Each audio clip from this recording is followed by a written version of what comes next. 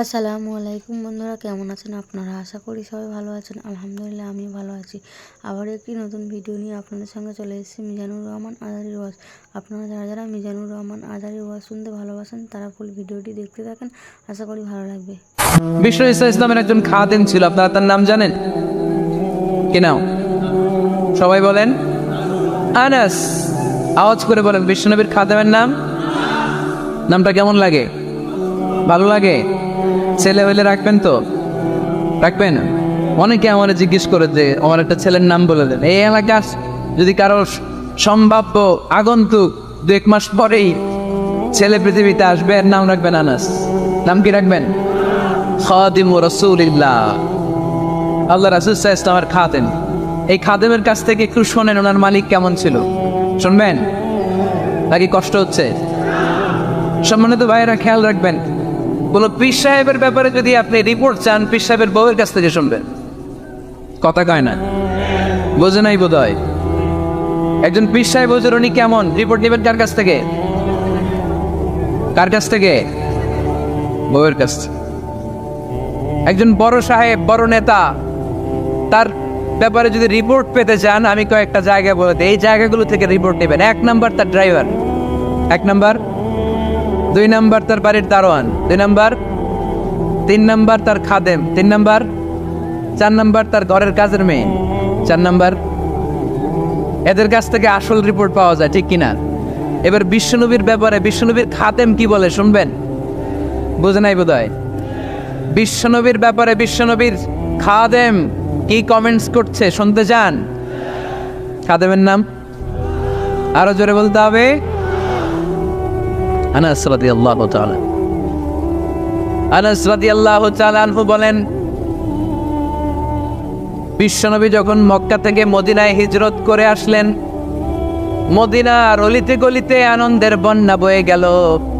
তলা আল বাদরু আলাইনা বলে সবাই বিশ্বনবীকে বরণ করে নিল।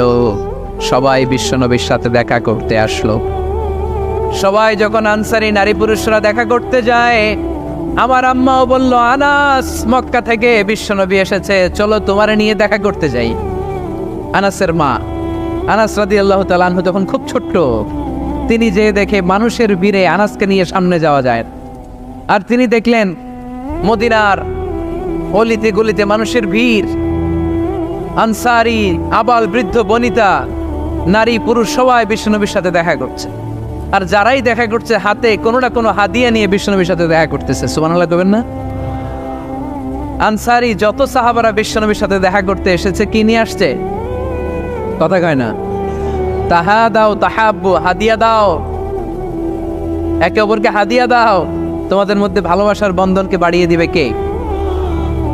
আনাসের মা বললেন, আমি মানুষ ধাক্কাতে ধাক্কাতে বিশ্বনবীর সামনে পর্যন্ত গেলাম, যে দেখি সবাই বিশ্বনবীর হাদিয়া দেয়। আমি বিশ্বনবীর সামনে যে কাঁদো কাঁদো সরে বললাম, ইয়া রাসূলুল্লাহ, ইয়া হাবিবাল্লাহ, লাম ইউবকি রাজুলুন ওয়ালা ইমরাআতুন মিনাল আমসার ইল্লা ক্বাদ আতহাফাকা বিতুহফা। ও নবী, আমি দেখতে পেয়েছি আনসারী এমন কোন নারী নাই, এমন কোন পুরুষ নাই যে আপনাকে আপনার হাতে কোনো না কোনো হাদিয়া দেয় নাই।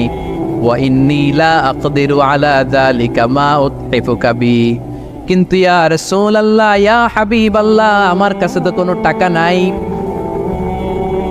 আমার কাছে কোনো পয়সা নাই, আমার ঘরে এমন কোনো জিনিস নাই যেই জিনিসটা আমি আপনারে হাদিয়া দেব। ইল্লা ইবনি হাদা, আমার এই নার ছেড়া ধন কলিজার টুকরা সন্তান আনাস ছাড়া।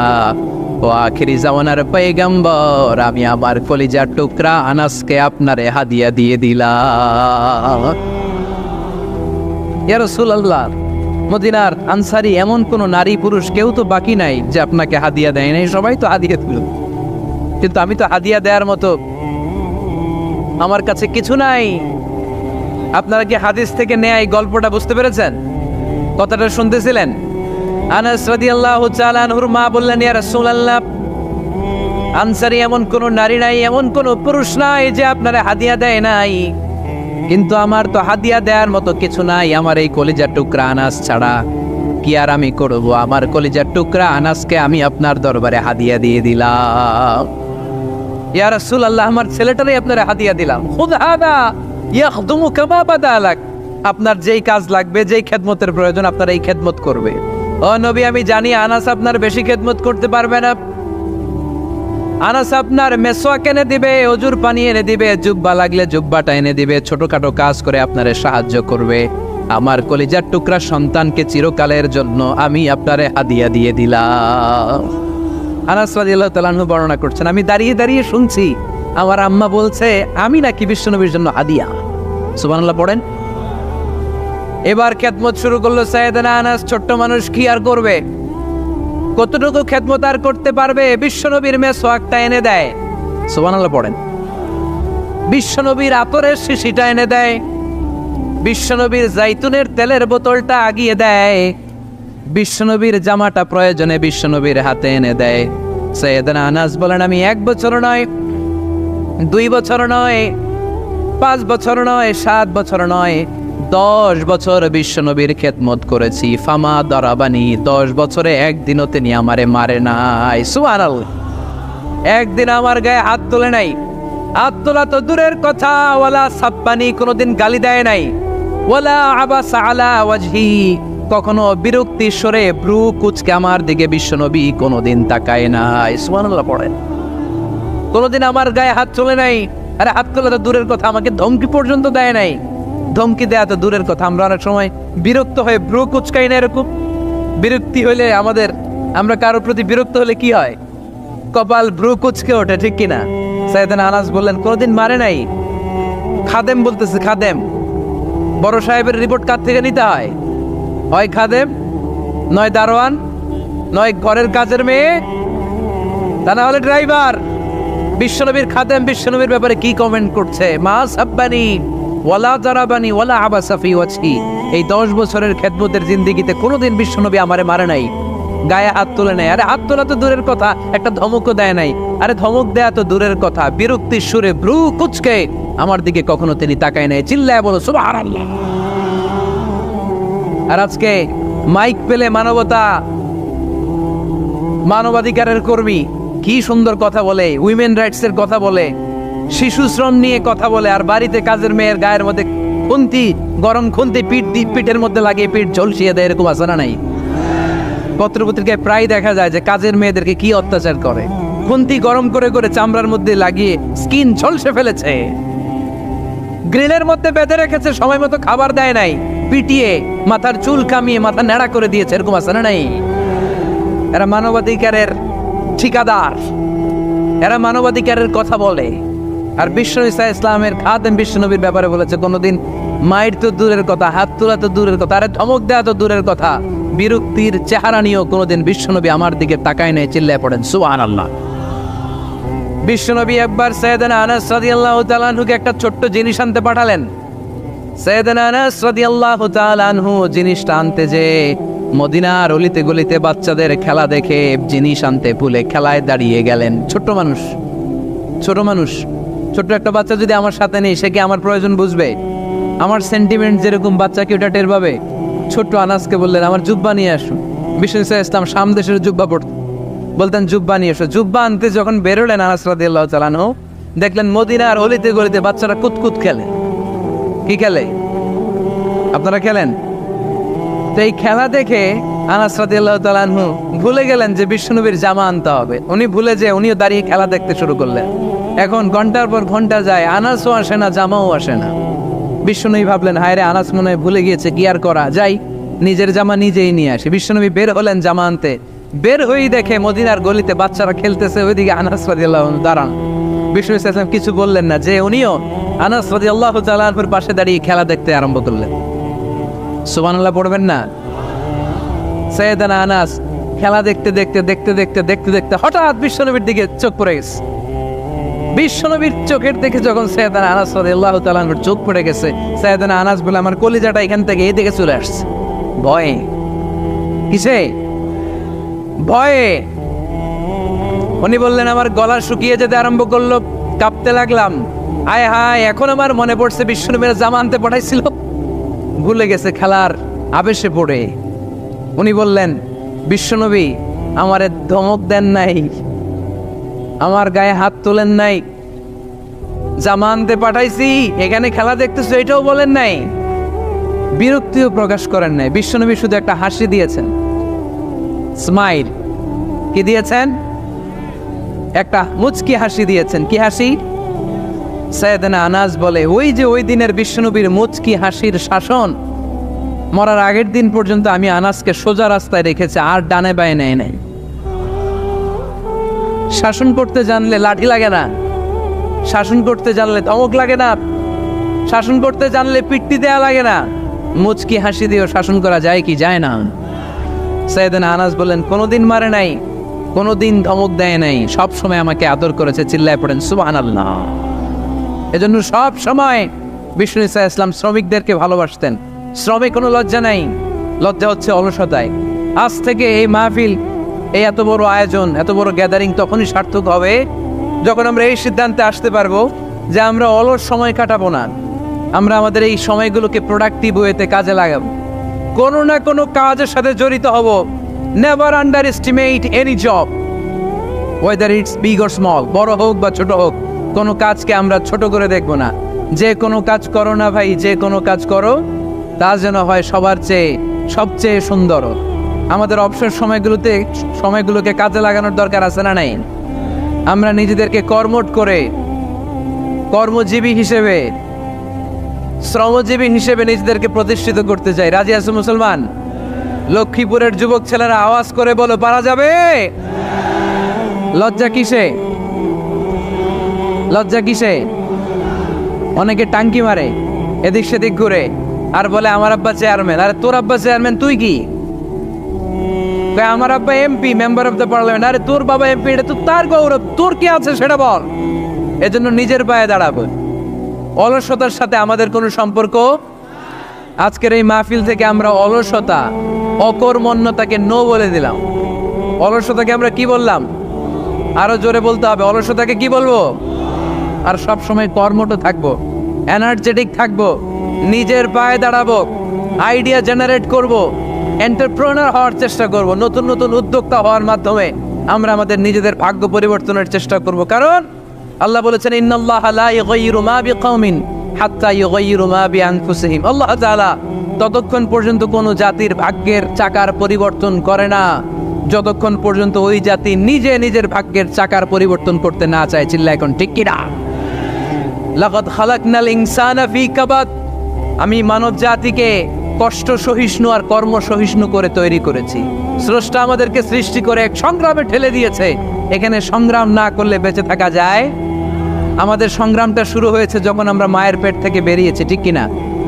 একটা বাবার স্পার্মের মধ্যে 2 কোটি যদি শুক্রাণু না থেকে সেখান থেকে সন্তান হয় না। তার মানে এই 2 কোটি শুক্রাণুর মধ্য থেকে আপনি একজন সফল মানুষ, যিনি বাকি 2 কোটির মধ্য থেকে সব শুক্রাণুগুলোকে হারিয়ে আপনি সফল হতে পেরেছেন। সেখান থেকে দুনিয়ার বুকে আপনি যখন এসেছেন, আপনাকে সংগ্রাম করে আসতে হয়েছে। যারা সিজারের মাধ্যমে পৃথিবীতে আসে তাদের এই সংগ্রামটা থাকে না, কিন্তু যারা নর্মাল প্রসেসে পৃথিবীতে আসে তাদের প্রচণ্ড সংগ্রাম করে, প্রচণ্ড চাপা খেয়ে পৃথিবীতে আসতে হয়, ঠিক কিনা? কারণ আমাদের সাইজ ছিল অনেক বড়। আমাদের মায়ের যে অঙ্গটা দিয়ে আমরা পৃথিবীতে আসব, ওই জায়গাটা ছিল খুবই সরু। আমাকে সংগ্রাম করে, আমাকে যুদ্ধ করে, আমার নিজের অস্তিত্বের প্রমাণ দিয়ে চিৎকার মেরে এই পৃথিবীতে আসতে হয়েছে। চিল্লায় বলো ঠিক কিনা? এজন্য এই পৃথিবীর বুকে আমরা যতদিন থাকবো সংগ্রাম করে বাঁচতে হবে, ঠিক কিনা? সূরাতুল জুমার 10 নম্বর আয়াতে আল্লাহ তাআলা আমাদেরকে কর্মচঞ্চল হতে বলেছেন, কাজ করে খেতে বলেছেন। কাজে লজ্জা নেই, লজ্জা অলসতায়। কাজে লজ্জা আছে? লজ্জা কিসে? অলসতায়, অকর্মণ্যতায়। লেজিনেস খুব খারাপ, কিন্তু অ্যাক্টিভ হওয়া, এনার্জেটিক হওয়া, এটা নবীদের সুন্নাত, ঠিক কিনা? তো এই আয়াতের মাধ্যমে আল্লাহ তাআলা গোটা বিশ্বের মানুষদেরকে কাজের প্রতি উৎসাহিত করেছেন। আল্লাহ বলেছেন ফাইদা কুদিয়াতিস সালাতু ফান্তাশিরু ফিল আরদ আবতাগু মিন ফাদলিল্লাহ। যখন সালাত শেষ হয়ে যায় তখন তোমরা জমিনে ছড়িয়ে পড়ো, প্রত্যেকের ওয়ার্ক প্লেসে চলে যাও, কাজ করো। আবতাগু মিন ফাদলিল্লাহ, আর আল্লাহর দেয়া ফদল তালাশ করো, রিজিক তালাশ করো। মসজিদের ভিতরে রিজিক আছে? কথা কয় না। মসজিদে গেলে কি টাকা পাওয়া যায়?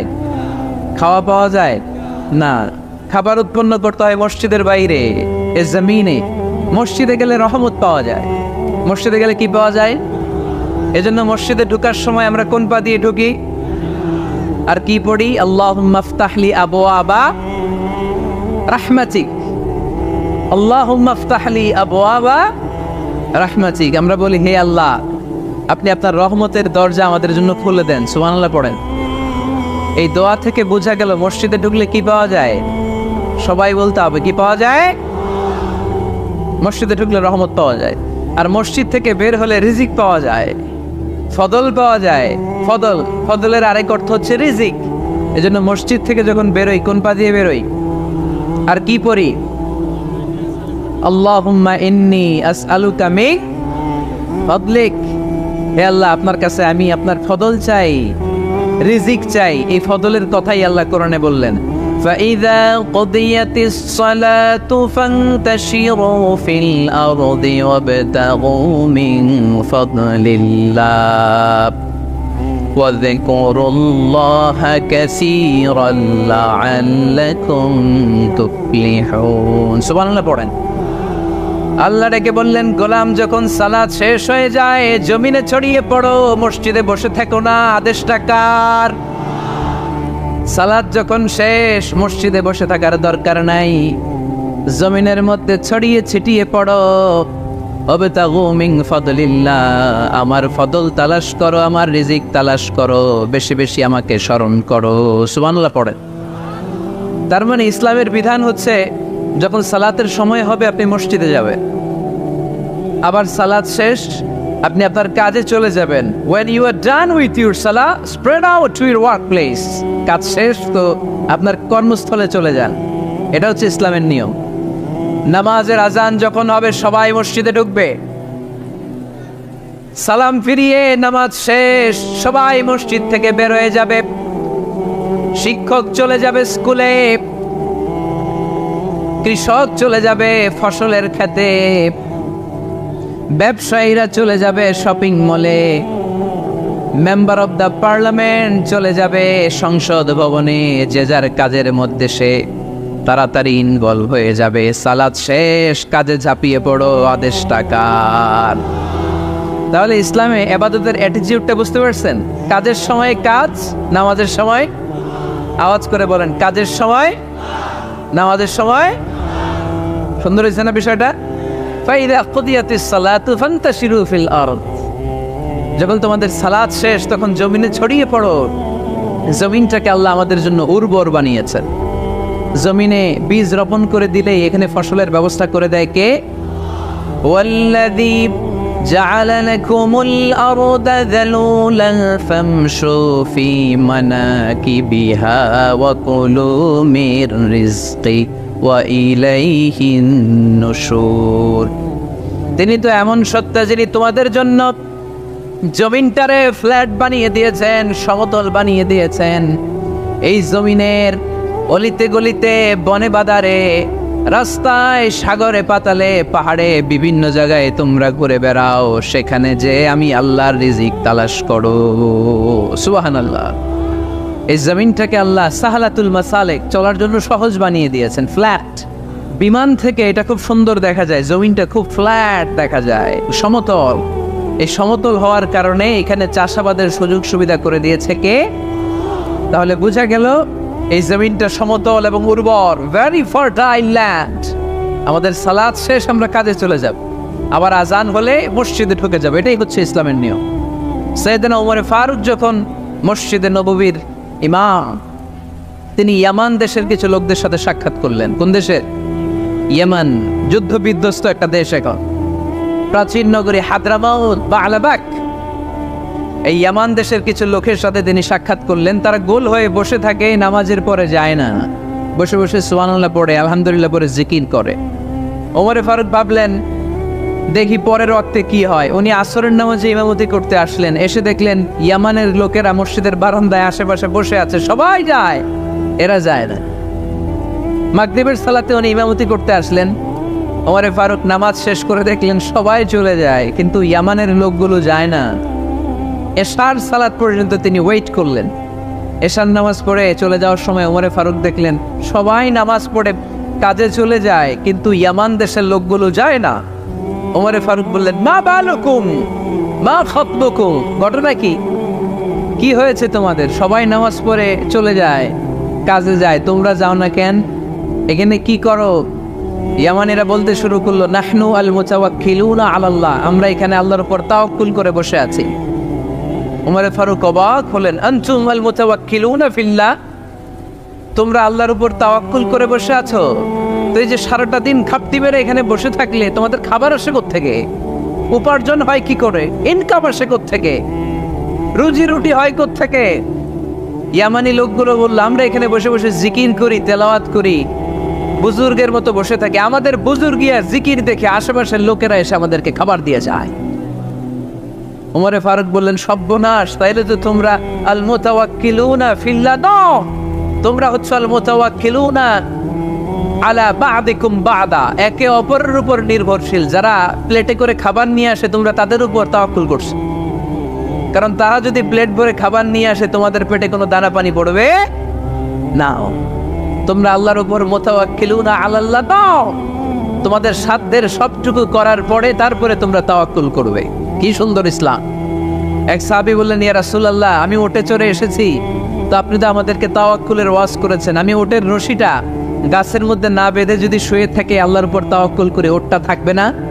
বিশ্বনবী বললেন, না, তোমার উট থাকবে না, আগে রশি দিয়ে উটটা বাঁধো, ইয়াকিলহা সুম্মা তাওয়াক্কাল আলাল্লাহ, আগে টাইট করে রশি দিয়ে গাছের সাথে উটের রশিটা বাঁধো, এরপর আল্লাহর উপর তাওয়াক্কুল করো। এইটার নাম তাওয়াক্কুল। চিল্লায় বলেন ঠিক কি না? আপনার পার্টটা আপনার করতে হবে, আপনার যে রোল, এই রোলটা প্লে করতে হবে। আপনার সর্বোচ্চটুকু করার পরে আমরা তাওয়াক্কুল করি একজনের উপর। চিল্লায় বলেন তিনি কে? ওমর ফারুক বললেন, তোমরা মুতাওয়াক্কিলুনা আলাল্লাহ নাও, তোমরা বের হয়ে যাও, খবরদার এরপরে কোনো দিন তোমাদেরকে যেন এই মসজিদের মধ্যে ঘাপটি মেরে গোল হয়ে বসে থাকতে না দেখা যায়। কারণ ফাইদা কুদিয়াতিস সালাতু ফান্তাশিরু ফিল আরদ ওয়াবতাগু মিন ফাদলিল্লাহ, ইসলামের বিধান হচ্ছে যখন নামাজ শেষ মসজিদে বসে থাকা যাবে। চিল্লায় বলেন, বসে থাকা যাবে? যাবে না, সর্বোচ্চটুকু করে তারপরে আপনাকে বের হয়ে যেতে হবে। প্রতিদিন সকালবেলা পাখির বাসা থেকে দেখবেন পাখিগুলো খালি পেটে বের হয়ে যায়। আপনাদের এই এলাকায় পাখির বাসা আছে? কি পাখির বাসা আছে? হ্যাঁ, সব পাখি আছে। তো সকালবেলা দেখবেন পাখির বাসা থেকে পাখিগুলো খালি পেটে বের হয়ে যায়। বিকেল বেলায় পাখিগুলোর ওদর ভর্তি করে, পেট ভর্তি করে আবার পাখির নিড়ে ফিরিয়ে দেয় কে? কারণ পাখিগুলো তাওয়াক্কুল করেছে কার উপর? পাখিগুলো তাওয়াক্কুল করে যদি পাখির নিড়েই বসে থাকতো, ওদের পেটে খাবার আসতো? কথা বলেন। বিশ্বনবী এটাই বললেন, তাকদু খিমাসান ওয়া তারুহু বিতানান, তোমরা যদি পাখির মতো তাওয়াক্কুল করো, মানে আল্লাহর উপর তাওয়াক্কুল করে জমিনে বের হয়ে যাও, তোমাদেরও রিজিকের দায়িত্ব নিয়ে নিবে কে? সকালবেলা প্রতিটা পাখি না খেয়ে বের হয়ে যায়, একটা পাখির পেটের ভেতরে কোনো দানা পানি নাই, কিন্তু আল্লাহর উপর তাওয়াক্কুল করে পাখিগুলো যখন বের হয়ে যায়, বিকেল বেলা পেট ভর্তি করে, ওদর ভর্তি করে আবার পাখির নিরে পাখিগুলোরে ফিরিয়ে দেয় কে? পাখিগুলোকে আমাদের মতো খাবার জমা করে রাখতে পারে? আমরা তো 7 দিনের বাজার একবারে করে ফ্রিজে রাখি। পাখিদের ফ্রিজ আছে না? আছে। আমাদের অতিরিক্ত টাকা হলে আমরা ব্যাংকে ব্যালেন্স করে রাখতে পারি, অ্যাকাউন্ট করে রাখতে পারি। পাখিরাও তো অ্যাকাউন্ট করে রাখে না? না, প্রতিদিন না খেয়ে বের হয়। কালকে ওই পাখিটা কি খাবে, কোন জায়গা থেকে তার রিজিকের ব্যবস্থা হবে আল্লাহ ছাড়া কেউ জানে। এটার নাম তাওয়াক্কুল। এটার নাম কি? আমাদের সাধ্যের, আমাদের ক্যাপাসিটি, আমাদের ক্যাপাবিলিটির সবটুকু করে আমরা তাওয়াক্কুল করি একজনের উপর। চিল্লায় বলেন তিনি কে? এজন্য ইসলাম আমাদেরকে শিখায়, সালাত যখন শেষ বের হয়ে যাও, কাজে নেমে পড়ো। কাজে কোনো লজ্জা নাই, পরিশ্রমে কোনো লজ্জা আছে? যিনি রিক্সা চালায় এতে তার কোনো লজ্জা আছে? দিনমজুর, কুলি, ঠেলা গাড়ি চালায়, ছোট্ট ব্যবসা করে, এতে কোনো লজ্জা আছে? লজ্জা নাই। খেয়াল রাখবেন, লজ্জা হচ্ছে অলসতায়। লজ্জা কিসে? বিষ্ণু ঈসা ইসলাম বলেছেন, মা আকালা আহাদুন তুআমান কাত্তু খায়রুম মিন আইয়াকুলা মিন আমালি ইয়াদি, নিজ হাতে উপার্জিত খাবারের চেয়ে, অর্থের চেয়ে শ্রেষ্ঠ খাবার পৃথিবীর কোনো মানুষ কোনোদিন ভক্ষণ করে নাই। চিল্লায় কোন সুবহানাল্লাহ। শ্রেষ্ঠতম খাবার, নিজ হাতে উপার্জিত খাবার, ঘাম জড়িয়ে যে অর্থ উপার্জন করা হয়, যে ইনকাম করা হয়, এটা হালাল। আর হালাল খেয়ে দোয়া করলে কবুল করে কে? এজন্য খেটে খাওয়া মানুষ, শ্রমজীবী মানুষ আর মেহনতি মানুষদেরকে বিশ্বনবী খুব ভালোবাসতেন। তারা বিশ্বনবীর বন্ধু আর বিশ্বনবী ছিল তাদের বন্ধু। সুবহানাল্লাহ পড়েন। এত ভালোবাসতেন বিশ্বনবী খেটে খাওয়ার মেহনতি মানুষদেরকে। সব সময় বিষ্ণু ইসলাম তাদের জন্য দোয়া করতেন। এজন্য যারা খেটে খায় তারা কপালওয়ালা, তারা মুস্তাজাবুদ দাওয়া। তারা কি? মুস্তাজাবুদ দাওয়া মানে এমন ব্যক্তি যে ব্যক্তি দোয়া করতে দেরি হয় কিন্তু দোয়া কবুল হতে দেরি হয় না। আপনারা এখানে ব্যবসা করেন কে কে? দেখি তো, হাত তুলেন তো। ব্যবসা, মাশাআল্লাহ, অনেক ব্যবসায়ী আছে তো দেখি। আচ্ছা, হাত নামান। চাকরি করেন কে কে? চাকরি, চাকরিও তো অনেক করে দেখি। হাত নামান। প্রবাসী, ছুটিতে দেশে আসছেন। হুজুর আমি আছি, কই? আপনি দেখতে আসছেন? মাশাআল্লাহ। কোন দেশে থাকেন? সৌদি আরব। আলহামদুলিল্লাহ। সৌদিতে ভাল লাগে নাকি সৌদি স্বপ্নের দেশ, খাটতে খাটতে জীবন শেষ? ইনশাআল্লাহ। আচ্ছা, ইউনিভার্সিটির স্টুডেন্ট আছো কারা কারা দেখি? মাশাআল্লাহ, হাত নামাও। ক্লাস 5 থেকে ইন্টারমিডিয়েট পর্যন্ত পড়াশোনা করতেছো অথবা দাখিল আলিম পর্যন্ত, কারা কারা দেখি? মাশাআল্লাহ, হাত নামাও, হাত নামাও। একবারও যারা হাত তোলেন না এবার তারা হাত তোলেন। আন্নেরা কি করেন? হ্যাঁ, বেকার।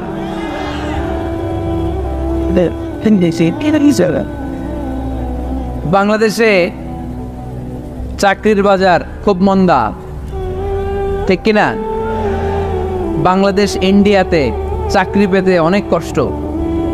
সামান্য একটা পদের জন্য যেখানে চেয়েছে ক্লাস 8 পাস, এখানে ডবল মাস্টার ডিগ্রি অ্যাপ্লাই করছে কয়েক লক্ষ। এজন্য আমাদেরকে উদ্যোক্তা হতে হবে। You have to be the entrepreneur. আমাদের উদ্যোক্তা দরকার, বেশি বেশি নতুন নতুন উদ্যোক্তা। নিজেই এমন আইডিয়া নিয়ে আসবে যেই আইডিয়া বিক্রি করে দুর্দান্ত আইডিয়া দিয়ে তুমি পুরো দেশ কাঁপিয়ে দিতে পারা যাবে না লক্ষ্মীপুরের ছেলেরা? আইডিয়ার অনেক দাম। You have to generate new ideas. নতুন নতুন আইডিয়া এনে মানুষ গোটা বিশ্বকে তাক লাগিয়ে দিচ্ছে। এই যে কয়েক বছর আগে কারের একটা রাইড চালু হয়েছে, নাম হয়েছে উবার। কি নাম? ঢাকায় যারা চলাফেরা করেন তারা হয়তো চড়েছেন। উবারের নাম শুনছেন না? এই উবার কোম্পানি কি করে জানেন?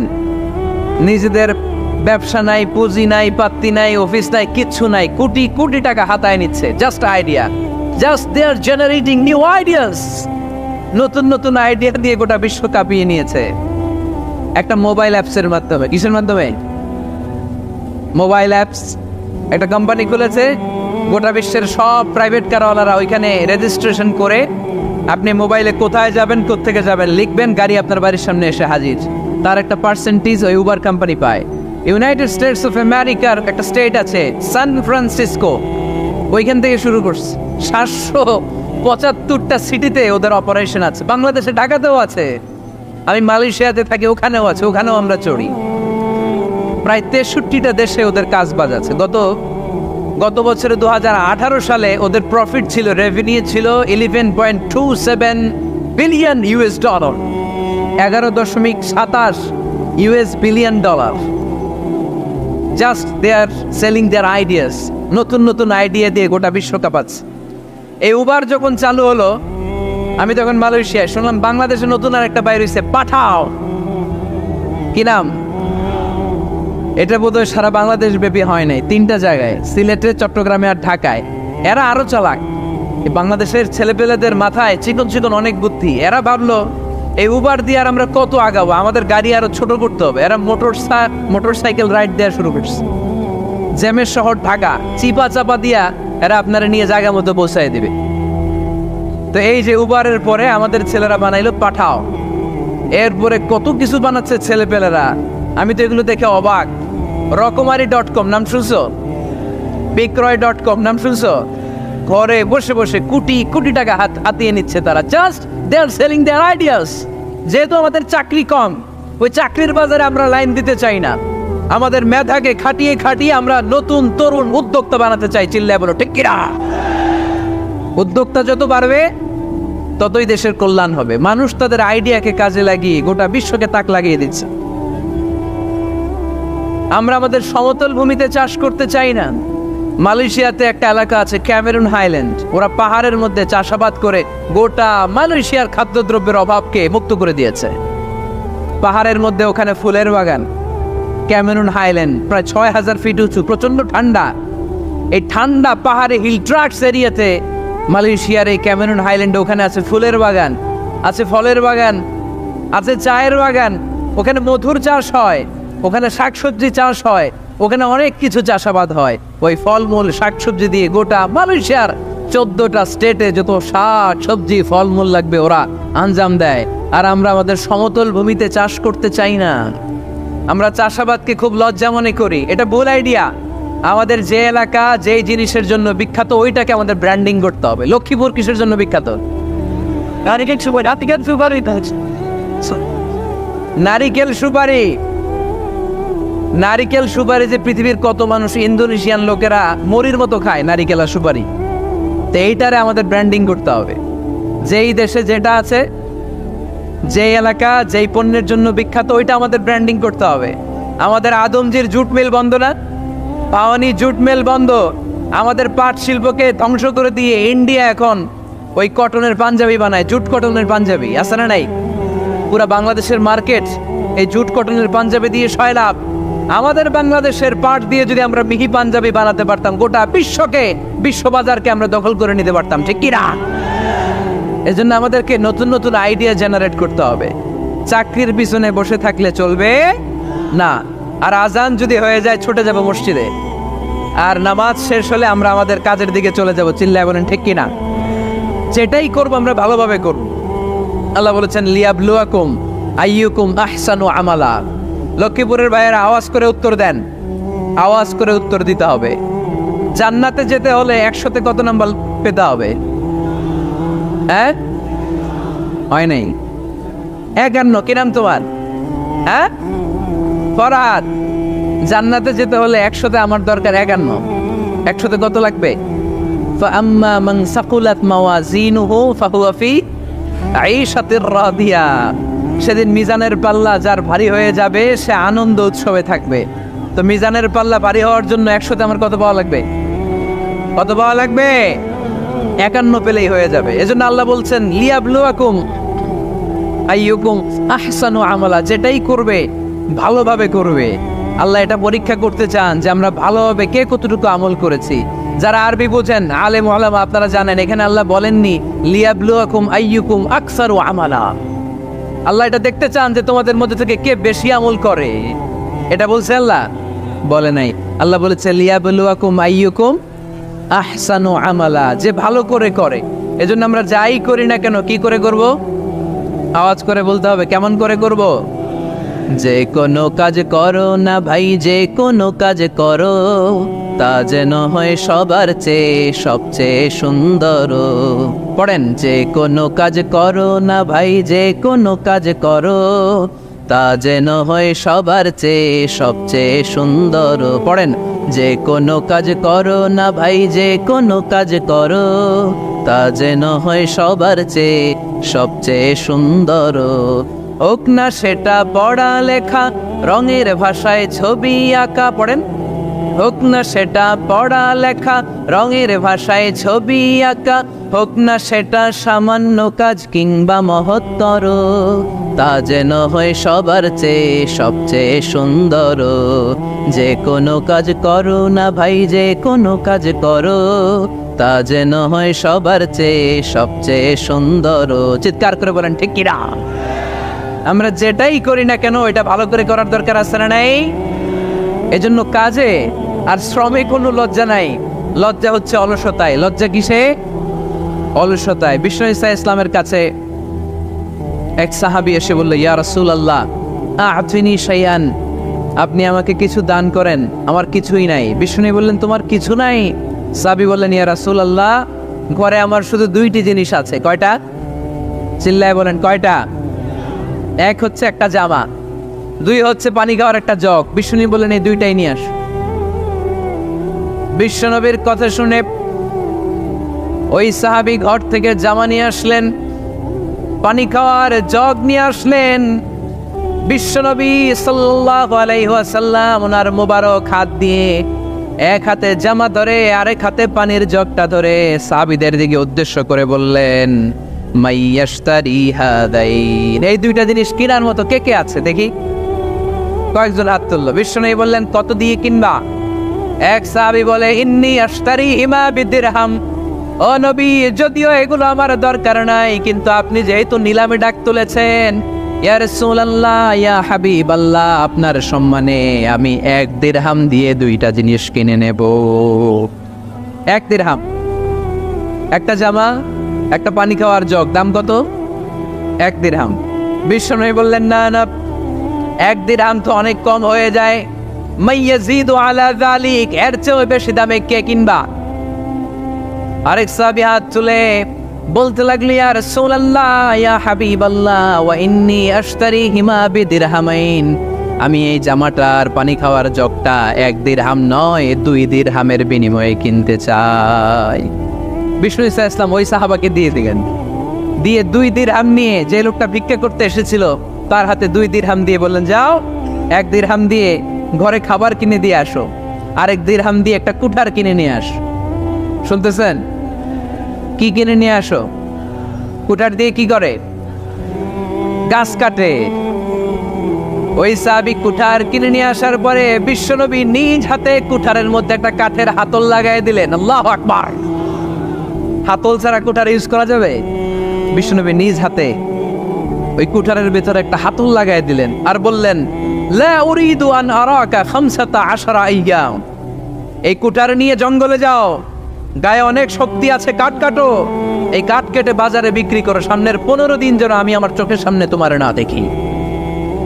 বিশ্বনবীর পরামর্শ অনুযায়ী কুঠার নিয়ে ওই সাহাবী জঙ্গলে চলে গেলেন।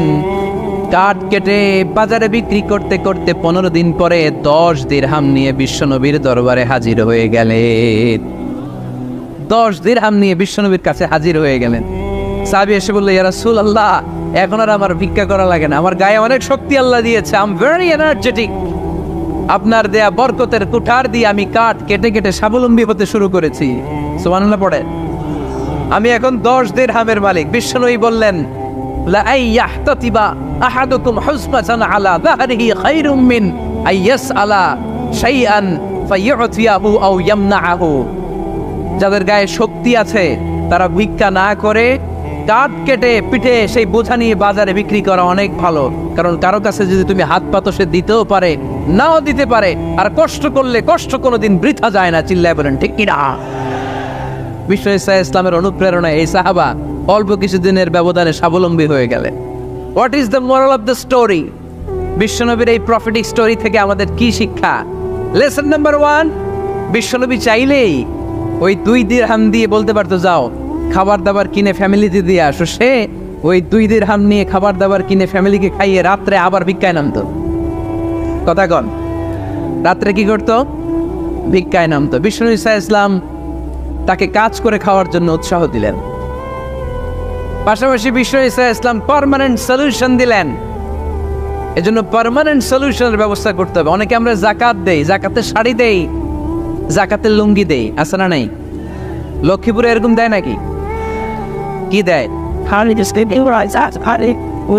হ্যাঁ, গাড়ি গাড়ি দেয়, শাড়ি না। যাকাতের শাড়ি, যাকাতের লুঙ্গি বলতে কোনো কথা ইসলামে নাই। এগুলো খুব কম দামি শাড়ি, যাদেরকে এগুলো দেয়া হয় তাদেরকে অপমান করা হয়, ঠিক কিনা? আল্লাহ বলেছেন, ওয়ালাকাদ কাররামনা বানি আদম, I have dignified the status of the sons of Adam. আমি আদমের সব সন্তানদেরকে সম্মানিত করেছি। সুবহানাল্লাহ পড়েন। আপনাদের চেয়ে সম্মানিত কেউ আছে? মানুষের চেয়ে সম্মানিত গোটা বিশ্বে আর কোনো মাখলুকাত আছে? নাই। এজন্য যাকাতের শাড়ি দেয়া যাবে না, যাকাতের লুঙ্গি দেয়া যাবে না। যাকাতের শাড়ি আপনারা দেখছেন? এটারে একবার ধোয়ার পরে দ্বিতীয়বার পড়া যায় না। মশারি কি পাতলা, এর চেয়েও পাতলা। এই জন্য জাকাতের শাড়ি, জাকাতের লুঙ্গি বলতে ইসলামে কোনো পরিভাষা নেই। আপনাকে স্বাবলম্বী করে দেওয়ার চেষ্টা করতে হবে। যারা লক্ষ্মীপুর জেলায় বিজনেস ম্যাগনেট আছেন, তারা একসাথে হয়ে একটা স্ট্রং জাকাত ম্যানেজমেন্ট প্ল্যাটফর্ম করতে পারেন, যেখান থেকে আপনারা বিভিন্ন থানায়, বিভিন্ন গ্রামে বাছাই করে করে কিছু ভাইদেরকে জাকাত দিতে পারেন স্বাবলম্বী করার উদ্দেশ্যে। যেই ফ্যামিলিকে আছে, কি নাম এটা, পল্লী উন্নয়ন ক্লাব, মাশাআল্লাহ, জাকাত ফান্ড দিয়ে বিদেশে লোক পাঠায়। এর চেয়ে সুন্দর পদ্ধতিতে জাকাত বিতরণ আর হতে পারে? যেই লোকটাকে, যেই ছেলেটাকে বিদেশে পাঠানো হয়েছে, ওই ফ্যামিলিটা আর কোনোদিন জাকাতের শাড়ি নেওয়ার জন্য লাইনে দাঁড়াবে? যেই ছেলেটাকে ওনারা অস্ট্রেলিয়ান গাভী কিনে দিছে, দুধ বিক্রি করে যেই ফ্যামিলিটা স্বাবলম্বী হতে শুরু করেছে, তারা আর কোনোদিন জাকাতের লাইনে যেয়ে দাঁড়াবে না। এজন্য জাকাত দিতে হবে স্বাবলম্বী করার জন্য। ইসলাম আমাদেরকে এটাই শিখিয়েছে, কাজ করে খেতে হবে। কাজে লজ্জা নেই, লজ্জা হচ্ছে অলসতায়। লজ্জা কিসে? আজকের আলোচনা থেকে এটা মুখস্থ করে নিতে হবে, কাজে লজ্জা নেই। লক্ষ্মীপুরের ইয়াংস্টারেরা শ্রমে লজ্জা নেই, পরিশ্রমে লজ্জা নেই, লজ্জা অলসতায়। লজ্জা কিসে? আরো জোরে। নবীরা কি এমনি এমনি বসে বসে খাইছে? কঠিন পরিস্থিতিতেও নবীরা পরিশ্রম করে উপার্জন করা লেগেছে, ঠিক কিনা? সাইয়েদনা মারিয়াম আলাইহিস সালাম, যার নামে আল্লাহ তাআলা কোরআনে একটা সূরা দিলেন, উনি পৃথিবীতে এমন একজন মহিয়সী নারী, যেই নারীর গর্ভে, যেই নারীর পেটের ভেতরে স্বামীর স্পর্শ ছাড়া সন্তান দিয়েছে কে? সাইয়েদনা ঈসা আলাইহিস সালাম পেটে আসলেন। মারিয়াম আলাইহিস সালাম লজ্জা পেলেন। আয় আয়, কেমন করে এলাকাবাসীদের কাছে আমি আমার মুখ দেখাবো? বিয়ে করি নাই, স্বামী নাই, বিয়ে হয় নাই, স্বামী নাই, কিন্তু পেটে সন্তান চলে এসেছে। হায় হায়, এলাকায় কেমনে মুখ দেখাবো? লজ্জায় পড়ে মারিয়াম আলাইহিস সালাম এলাকা থেকে চলে গেলেন। কি অবাক করা কাণ্ড! বাচ্চা ভূমিষ্ঠ হওয়ার জন্য, বড় হওয়ার জন্য 6 মাস 7 মাস লাগে নাই, পেটে বাচ্চা আসার সাথে সাথে বাচ্চাটারে বড় করে দিয়েছে কে? সাইয়েদাতুনা মারিয়াম আলাইহিস সালাম এবার বসে বললেন, বুঝতে আরম্ভ করলেন প্রেগন্যান্সির পেইন উঠেছে। হঠাৎ করে পেট থেকে বাচ্চা ভূমিষ্ঠ হয়ে যাওয়ার পরে উনি কাঁপতে আরম্ভ করলেন। ক্ষুধার চোটে খাবার কিছু নাই, সামনে ঝর্ণা, উপরে একটা খেজুর গাছ। সাইয়েদনা ঈসা আলাইহিস সালামকে কোলে নিয়ে মারিয়াম আলাইহিস সালাম মনে মনে ভাবে, হায় রে, কেউ যদি একটু খেজুর পেড়ে দিত, এই ক্ষুধার মুহূর্তে আমি খেজুর খেয়ে পেটের ক্ষুধা নিবারণ করতাম। রব্বুল আলামিন মারিয়ামকে উদ্দেশ্য করে আয়াত নাজিল করে দিলেন, ওয়া হুজ্জি ইলাইকি বিজিযিন নাখলাতি তুসাকিত আলাইকি রাতাবান জানিয়া। কোরআন সাক্ষী, হুজ্জি ইলাইকি বিজিযিন নাখলা, এর মানে হচ্ছে মারিয়াম, কেউ পেড়ে দিবে না, একটু কষ্ট করে হাতটা উঁচু করে খেজুরের ডালা ধরে ঝাঁকুনি মারো, টস টসে কাঁচা পাকা খেজুর নিচের দিকে পড়বে, তারপর তুমি তুলে খাবে। সুবহানাল্লাহ পড়ে।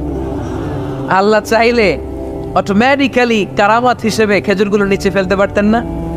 কথাগণ, খেজুরগুলো অটোমেটিক্যালি নিচের দিকে পড়ছে? পড়ে নেই। আল্লাহ শিক্ষা দিয়েছে, যেই পরিস্থিতিতে থাকো না কেন, তোমাকে শ্রম ব্যয় করে, কষ্ট করে তোমার উপার্জন করতে হবে, রিজিকের বন্দোবস্ত করতে হবে। চিল্লায় বলেন ঠিক কিনা? ইসলাম আমাদেরকে এটাই শিখিয়েছে, কাজে লজ্জা নাই।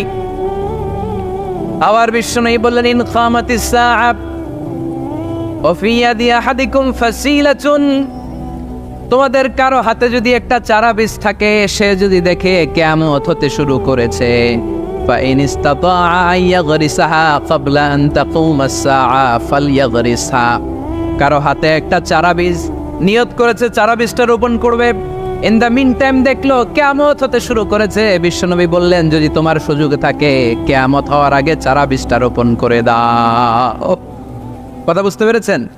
আপনার হাতে একটা চারা বীজ, আপনি প্ল্যান করেছেন এই চারা বীজটা রোপণ করবেন, ইন দ্য মিন টাইম দেখলেন কি হওয়া শুরু হয়েছে, ইযা জুলজিলাতিল আরদু জিলজালাহা, দ্য বিগেস্ট আর্থকোয়েক, ভূমিকম্প শুরু হয়েছে, কিয়ামত হয়ে যাবে। বিশ্বনবী বললেন, কিয়ামত হইতেছে ওদিকে, আর তোমার হাতে যদি চারা বীজ থাকে, দেরি করো না, কিয়ামত তোমার কাছ পর্যন্ত আসার আগে সুযোগ পেলে চারা বীজটা রোপণ করে দাও। ইসলাম শিখিয়েছে শেষ নিঃশ্বাস পর্যন্ত তোমাকে লড়ে যেতে হবে। এই পৃথিবীতে কেউ কাউকে জায়গা করে দেয় না, জায়গা করে নিতে হয়। এই পৃথিবীটা, the life is not a bed of roses, এটা ফুল বিছানো কোনো ফুল সজ্জা নয়, এটা কণ্টকাকীর্ণ। কেউ আপনার স্পেস করে দিবে না, কেউ আপনাকে সুযোগ করে দিবে না, কেউ আপনার জায়গা করে দিবে না, বরং আপনি জায়গা করে নিলে টাইনা নিচে নামাবে। কথা বলেন। এজন্য কখনো অলসতাকে স্থান দেয়া যাবে। রসুল বাত্তালি দুঃখানু শয়তান, অলস মস্তিষ্ক শয়তানের আড্ডা।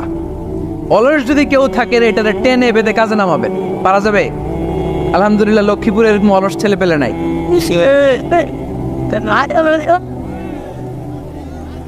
আছে। আমরা আজকে অলসতাকে নো বলে যাবো এই মাহফিল থেকে। অলসতাকে আমরা কি বলবো? আওয়াজ করে বলতে হবে, অলসতাকে কি বলবো আমরা? মুমিনের জীবনে কোনো অলসতা নাই।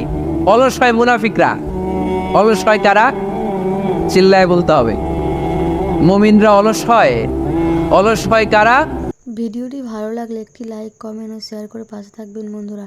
যারা যারা শেষ পর্যন্ত ভিডিওটি দেখেছেন তাদের জন্য অনেক অনেক ভালোবাসা থাকলো বন্ধুরা। আর নতুন নতুন ভিডিও পেতে চ্যানেলটিকে সাবস্ক্রাইব করে পাশে থাকবেন বন্ধুরা। ভালো থাকবেন, ধন্যবাদ।